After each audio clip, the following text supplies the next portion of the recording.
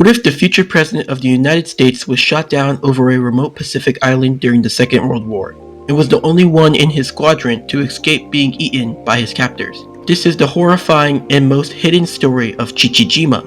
It's an island where American heroes faced a fate so much worse than death. This was a story of unimaginable brutality, one the United States government decided was just too horrific for the families of the victims to ever know. And so, they buried it for decades. So let's waste no time and let's get into the story. The year is 1944. The war in the Pacific has become a brutal, island-hopping meat grinder. America is pushing relentlessly towards the Japanese mainland, and every island, no matter how tiny, has been turned into a fortress. One of those fortresses was an island called Chichijima, sitting about 700 miles south of Tokyo.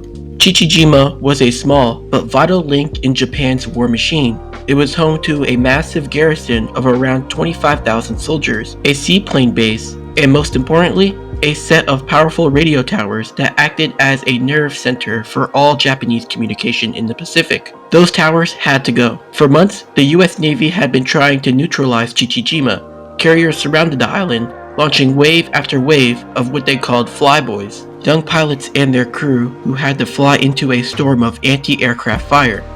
The Japanese defenses were furious. The skies over Chichijima became a deadly gauntlet for any American plane that got close. On the morning of September 2nd, 1944, another mission was launched. Among the pilots flying that day was a 20-year-old lieutenant junior grade, one of the youngest naval aviators in the service. His name was George H.W. Bush. His mission, along with his squadron, was to finally take out the radio installations on Chichijima and cut the Japanese lifeline for good. As the American planes started their bombing run, the sky just erupted. The Japanese flak was thicker and more accurate than ever before. Bush lined up his target, the radio tower, and began a 30-degree dive. Suddenly, his plane was rocked by a huge explosion. He later said it felt like a massive fist had punched right through the belly of his aircraft. The cockpit filled with smoke, flames started crawling along the wings, but through the chaos, Bush held his course. He dropped his 500-pound bombs right on the target, and then banked his crippled aircraft out to sea.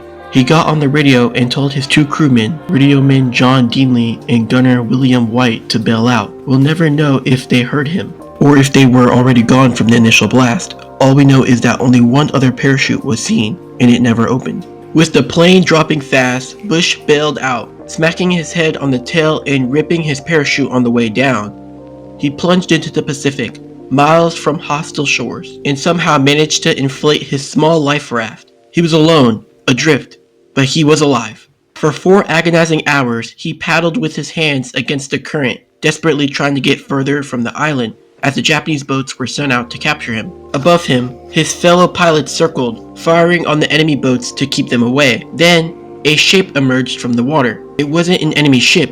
It was a periscope of the USS Finback, an American submarine tasked with rescuing drowned airmen. George H.W. Bush had been saved by a miracle. His war story would be one of survival. The story of the other 8 airmen shot down that day was just the beginning, and it was a journey straight into hell. While Bush was being pulled from the ocean, his 8 comrades weren't so lucky. These are their names here. These men were scattered across the island after bailing out. They were hunted down one by one and captured by the Japanese garrison. The man in charge of Chichijima was Major General Yoshi Chachabana. He was commanding an isolated, desperate, and increasingly demoralized army. The constant American bombing and the naval blockade had cut them off completely, and the supplies were running dangerously low. The pressure was immense, and under that pressure, the thin layer of military discipline and basic human decency began to disintegrate. What happened next is hard to even talk about. The details have come directly from sworn testimony at war crime trials after Japan's surrender. For years, these facts were sealed, locked away, because they were considered too disturbing for anyone to read. The 8 captured Americans weren't treated as prisoners of war. They were brutally tortured, they were beaten, and then, one by one, they were executed. Some were beheaded with swords and twisted rituals.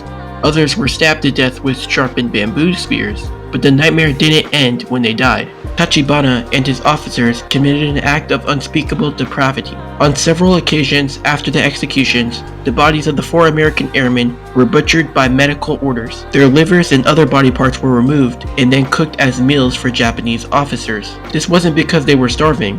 Post-war investigations confirmed that the garrison had plenty of food rations. This was something else.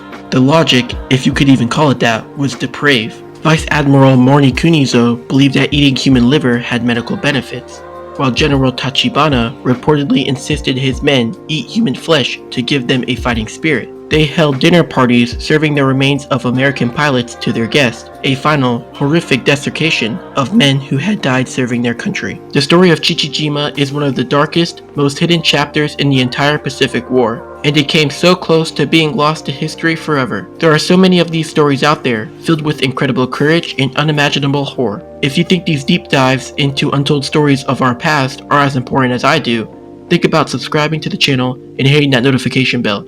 It's the best way to help make sure these stories are never forgotten. And leave a comment about other stories or other videos you would like to see, or what you found interesting in this video.